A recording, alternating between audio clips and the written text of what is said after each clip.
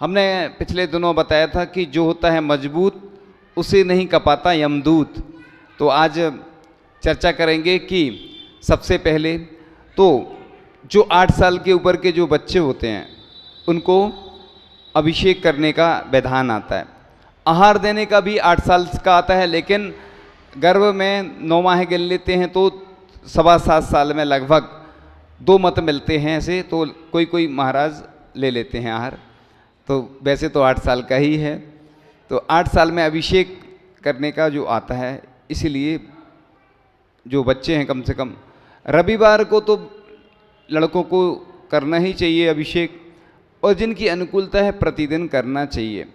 तो अभिषेक करने से क्या क्या हुआ, तो ऐसा ग्रंथों में उल्लेख आता है कि मैना सुंदरी ने गंधोदक से अपने पति श्रीपाल से 700 कोड़ियों का कोड़ दूर किया था। सिद्ध चक्र विधान में उसकी महिमा बताई जाती है। और दूसरा, जो मनुष्य, सुनो इधर सुनना है गौर से, जो मनुष्य जिनेंद्र देव का अभिषेक क्षीर समुद्र के जल से करता है वह स्वर्ग में उत्पन्न होता है। और ऐसा भी उल्लेख आता है कि सीता की जब बाईं आंख फड़कती थी तो वह अभिषेक करवाने के लिए कहती थी। और भरत चक्रवर्ती को भी जब कोई विघ्न उत्पन्न होता था तो वह अभिषेक आदि करवाते थे। ये महान पुरुषों के ऐसे उदाहरण मिलते हैं कि उन्होंने भी जब कोई उनको कष्ट हुआ, कोई परेशानी हुई, तो अभिषेक के माध्यम से उनने अपना पुण्य बढ़ाया।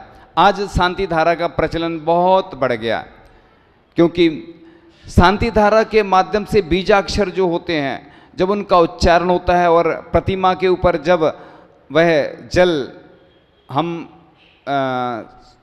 उसको अभिषेक या शांति धारा उस जल के माध्यम से जब करते हैं तो एक विशेष ऊर्जा का निर्माण होता है। डॉक्टरों ने भी सिद्ध किया है कि हीमोग्लोबिन की वृद्धि होती है और कैंसर जैसे रोग भी ठीक हो जाते हैं। हमने बताया था, पिछले दिनों बताया था कि ड़मोकार मंत्र सबसे बड़ा डॉक्टर है। विश्व का सबसे बड़ा डॉक्टर कौन सा है? ड़मोकार मंत्र।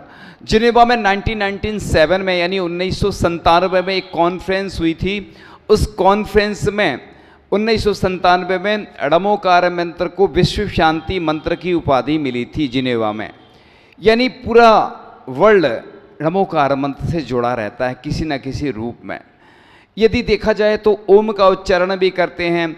जब बच्चा जन्म लेता है तो क्या बोलता है? ओम बोलता है। अब हम बताएंगे नहीं, अभी आप लोग मुख से उच्चारण करेंगे जब बच्चा जन्म लेता है तो कैसे बोलते हैं, तो नहीं तो मिमिक्री हो जाएगी अभी। तो बच्चा रोता है और भी कई तरह से ओम का उच्चारण होता है। यानी दुनिया में अगर सबसे सर्वश्रेष्ठ और पावरफुल कोई अगर बीजाक्षर है तो वह ओम है। ओम की ध्वनि इतनी पावरफुल होती है कि व्यक्ति अगर प्रातः काल में ब्रह्म मुहूर्त में उसका ध्यान करे, उच्चारण करे, तो उसके अंदर एक असीम ऊर्जा आती है, एनर्जी आती है। लोग कहते हैं कि हमें ये बीमारियां होती, परेशानियां होती हैं, तो व्यक्ति सबसे पहले तो ब्रह्म मुहूर्त में प्रारंभ करे उठना, उसके बाद ओम का कम से कम जितनी अनुकूलता है 10 मिनट 20 मिनट ध्यान करे तो अपने आप उसके अंदर वो ऊर्जा आ जाती है। ऊर्जा कहीं बाहर से आने वाली नहीं है। ब्रह्मांड में इतनी सारी ऊर्जाएं भरी पड़ी हैं। हमारे शरीर में भी बहुत सारी ऊर्जाएं होती हैं। हम मुद्रा लगाते हैं, जैसे एक ज्ञान मुद्रा होती है। जब हम कभी पहले संग में बैठते थे मुद्रा लगा के, ज्ञान मुद्रा, तो बड़ी एकाग्रता आ जाती थी। यानी मुद्राएं बड़ा काम करती हैं। लोग कहते हैं कि ये कुछ काम नहीं करती हैं, तो ध्यान के माध्यम से भी जो काम होता है वो बैठते हैं तो आसन का भी योगदान रहता है, उसके साथ साथ मुद्राओं का भी योगदान रहता है। तो ज्ञान मुद्रा लगाने से एकाग्रता बढ़ती है। जिन बच्चों की जैसे बुद्धि अच्छी नहीं होती है ना, वीकनेस रहते हैं, मेमोरी अच्छी नहीं होती है, तो उनके लिए ज्ञान मुद्रा लगाने के लिए बोला जाता है, जिससे उनकी एकाग्रता अपने आप बढ़ जाती है। तो बात चल रही थी कि णमोकार मंत्र या जो मंत्र होते हैं उनमें ऊर्जा आती है, बीजाक्षरों से आती है, यानी छोटे छोटे अक्षर मिलकर बीजाक्षर बनते हैं। जैसे पेन ड्राइव होती ना, पेन ड्राइव होता है, कार्ड होता ना, उसमें कितना सारा डाटा आ जाता है। ऐसे ही बीजाक्षर मतलब होता है वट वृक्ष, उसमें छिपे होते हैं बहुत सारे छोटे छोटे बीजाक्षर रहते हैं। काम छोटों से निकलता है बड़ा, यह सबक आँख के तिल से मिला। आँख का तिल रहता ना, लेंस, आँख का लेंस रहता छोटा, लेकिन काम बड़ा करता है। तो व्यक्ति छोटा हो या बड़ा, तो ये बीजाक्षर जो शांति धारा के माध्यम से जब उच्चारित होते हैं, उच्चारण होता है उनका, और भगवान के ऊपर जब शांति धारा होती है तो विशेष ऊर्जा का निर्माण होता है। ऐसे कई व्यक्ति हैं जिनको बहुत सारी ऐसी बीमारियां थीं, शांति धारा का जब गंधोदक उन्होंने लगाया तो उनकी बीमारियां ठीक हो गईं। शांतिनाथ भगवान किमलासा में विराजमान है। एक व्यक्ति ने सुनाया था कि हमारी आंखों में बहुत सारी समस्याएं आ गई और ऐसे लगा कि जैसे आंखें जाने वाली हैं, और हमने जब शांति धारा करवाई और भगवान का गंधोदक लगाया तो हमारी आंखें फिर से ठीक हो गईं। ऐसे ही आचार्य पूज्यपाद स्वामी जिनकी आंखें चली गई थी, और जैसे ही उन्होंने जब शांति भक्ति का उच्चारण किया तो बस उनकी आंखें पुनः वापस आ गईं। और भी आचार्य वर्धमान सागर जी, जो कि पूर्व में सनावत में जिनका जन्म हुआ था, पूर्व में गृहस्थ जीवन में, क्योंकि उस नाम से कई आचार्य महाराज हैं, तो वो उनकी भी ऐसी ही उनकी आंखें चली गई। उन्होंने शांति भक्ति जब पढ़ी, आचार्य पूज्यपाद स्वामी ने जो भक्ति लिखी है, तो लोग कहते हैं कि आज कुछ नहीं होता है, पंचम काल है, इधर उधर जाएंगे तो ही कुछ होगा। जिनेंद्र भगवान की भक्ति करने से और अभिषेक शांति धारा करने से, पूजन करने से इतनी विशुद्धि बढ़ती है और चमत्कार से अपने आप होने लगते हैं। लोग कहते हैं कि आज कुछ होता नहीं है। मैंने तो कई ऐसे उदाहरण पढ़े हैं, देखे हैं, सुने हैं, महसूस किए हैं। ज़िंदगी में अगर कुछ आप नहीं कर सकते तो कम से कम अपनी आस्था को मजबूत तो कर सकते हैं। ज़िंदगी में कोई व्यक्ति ऐसा नहीं आएगा कि कोई आपको कोई चमत्कार दिखाएगा, कोई अतिशय दिखाएगा। अतिशय और चमत्कार तो अपनी आस्था और श्रद्धा से होते हैं। जितने भी अतिशय हुए वहाँ पर भगवान की भक्ति की गई, और भगवान की भक्ति की गई तो अपने आप ताले टूट जाते हैं। लोग कहते हैं कि आज ताले नहीं टूटते हैं। आप जबलपुर में एक हनुमान ताल में मंदिर है, आदिनाथ भगवान वहाँ पर हैं विराजमान, बहुत प्राचीन प्रतिमा है। और पहले उधर भक्तांबर आदि का पाठ नहीं होता था। जब से उधर भक्तांबर का पाठ शुरू हुआ 24 घंटे चलता रहता है अनवरत, और जब से भक्तांबर का पाठ प्रारंभ हुआ तो ताला लगना ही बंद हो गया। लोग कहते हैं ताले टूट जाते, उधर तो ताला लगना ही बंद हो गए। ये अतिशय और चमत्कार और श्रद्धा और आस्था से सब कुछ संभव होता है। लोग कहते हैं कि कुछ नहीं होता है, तो अपन को अपनी आस्था को जब मजबूत करोगे तभी कुछ अतिशय और चमत्कार होते हैं। आज क्या है, शुद्धि भी नहीं है और विशुद्धि भी नहीं है, इसलिए आज देखने में नहीं आते हैं कि आज अतिशय और चमत्कार हो रहे हैं। आज भी ऐसी जब प्रतिमाओं के ऊपर विशेष शांति धारा होती है, मंत्रों के द्वारा अभिषेक होता है, तो बस वही ऊर्जा का निर्माण होता है, जिस ऊर्जा के द्वारा हम जब उस गंधोदक को लगाते हैं सुबह प्रातःकाल की बेला में। हमने बताया था कि गंधोदक का क्या महत्व होता है। तो जब विशल्ला नामक कन्या, एक बार हमने सुना भी दिया है, जैसे प्रसंग फिर से सुना देते हैं। कई लोग परिवर्तित होते रहते हैं, सुबह अलग, शाम को अलग, पुराने अलग, नए अलग, व्यक्ति परिवर्तित होते रहते, इसलिए फिर से सुना देते हैं। तो कन्या जो थी विशल्या नामक कन्या के स्नान के जल से लक्ष्मण जी को जब लगी, शक्ति दूर हो सकती है तब जिनेंद्र भगवान के अभिषेक के जल से प्राप्त जो गंधोदक होता है उससे अष्टकर्मों की शक्ति दूर नहीं हो सकती क्या? तो अवश्य होती है। इसलिए गंधोदक देखो, मुनि महाराज भी गंधोदक कितनी अच्छे से लगाते हैं। और कई बार ऐसे बहुत सारे उदाहरण प्राप्त होते हैं लोगों के द्वारा सुने हुए कि उन्होंने जब ऐसा व्यक्ति था जो बिल्कुल चल नहीं पा रहा था और उसको बहुत सारी परेशानियां थी, बीमारियां थी, जैसे ही उसने भगवान का गंदोदक लगाया तो उसकी बीमारी अपने आप ठीक हो गई।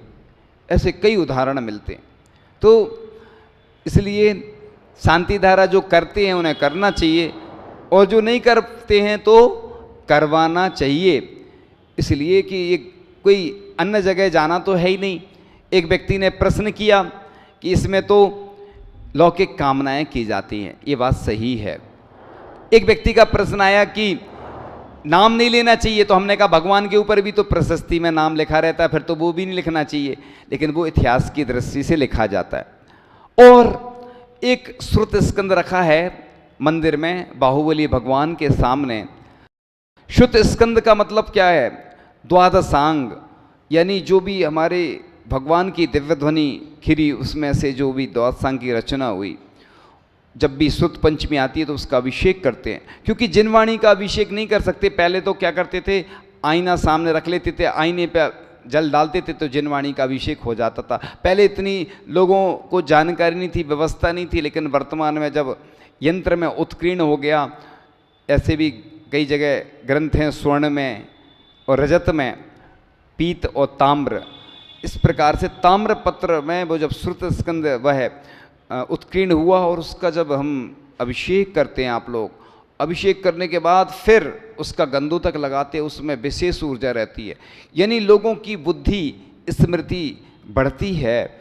ऐसा नहीं है कि क्योंकि द्वादशांग है उसमें, ऐसे ये यंत्र रखे जाते हैं तो यंत्र पर शांति धारा होती है, और भगवान के ऊपर जब शांति धारा होती है तो बीजाक्षरों के माध्यम से शांति धारा होती है, और उनमें विशेष ऊर्जा आ जाती है। लोग कहते हैं कि जब भगवान को सूर्य मंत्र दिया जाता है तो उधर जाने क्यों नहीं दिया जाता है, लोगों को जाने क्यों नहीं दिया जाता है, पर्दा क्यों लगाया जाता है, क्या कारण है? तो कारण ये है कि उधर जो मंत्र होते हैं इतने हैवी मंत्र होते हैं। जैसे आपने देखा होगा रास्ते में जब हम लोग बिहार करते हैं, आप लोग भी जाते होंगे, एक हाई टेंशन लाइन होती ना, मोटी बहुत, इतनी ऊपर से बड़े बड़े खम्भे लगे रहते, उसके नीचे से निकलो तो आवाज़ आती है। ऐसे ही वो मंत्र जो होते हैं शक्तिशाली मंत्र होते हैं, और जब हम लोग मंत्र पढ़ते हैं तो शुद्धि की आवश्यकता होती, विशुद्धि की आवश्यकता होती, नहीं तो कई लोग ऊपरी बाधा से ग्रसित हो जाते हैं, क्योंकि वो इतने पावरफुल मंत्र होते हैं। और जब हम लोग जो लौंग है और अन्य सामग्री जब रखते हैं भगवान के ऊपर, पहले तो एक माला फेरी जाती है 108 बार, फिर अपने अनुकूलता अनुसार फिर 9 बार या जो भी रहता है पढ़ के फिर से दोबारा वो मंत्र का आरोपण किया जाता है, सिर से लेके सिर पे ही किया जाता है। तो जब प्रतिमा प्रतिष्ठित होती है, पहले दिन तो क्या करते हैं कि भगवान को दीक्षा देते हैं। पहले जैसे मुनि महाराज की दीक्षा होती है वैसे ही भगवान की दीक्षा होती है। दीक्षा कल्याणक, तप कल्याणक होता है, यानी तप के संस्कार। दूसरे दिन फिर आहारचर्या होती है भगवान की, फिर होता है ज्ञान कल्याणक, यानी प्राण प्रतिष्ठा होती है। लगभग 2-2.5 घंटे से ऊपर लग जाते हैं। इतनी सारी प्रतिमाएं रहती हैं, उनको जब अंकन न्यास किया जाता है, फिर सूर्य मंत्र, ऐसे चंद्रकला मंत्र, नेत्र उन्मीलन क्रिया होती है, जो आँख में आप लोग बोलते काजल लगाते हैं, वो 108 बार मंत्र पढ़ा जाता है। पहले एक माला फेरी जाती है, उस काजल को या केसर को दोनों आते हैं, तो बस दोनों जब उसको घुमा घुमा कर 108 बार मंत्र पढ़ते हैं, तब वह काजल जो है मंत्रित हो जाता है। उसके माध्यम से फिर केवल ज्ञान की उत्पत्ति होती है। नेत्र उन्मीलन के बाद भगवान को केवल ज्ञान कराया जाता है, फिर समूसरण की रचना होती है, फिर दूसरे दिन मोक्ष हो जाता है भगवान को। इस प्रकार से गर्भ से लेके मोक्ष तक की यात्रा पंच कल्याणक के माध्यम से दर्शाई जाती है।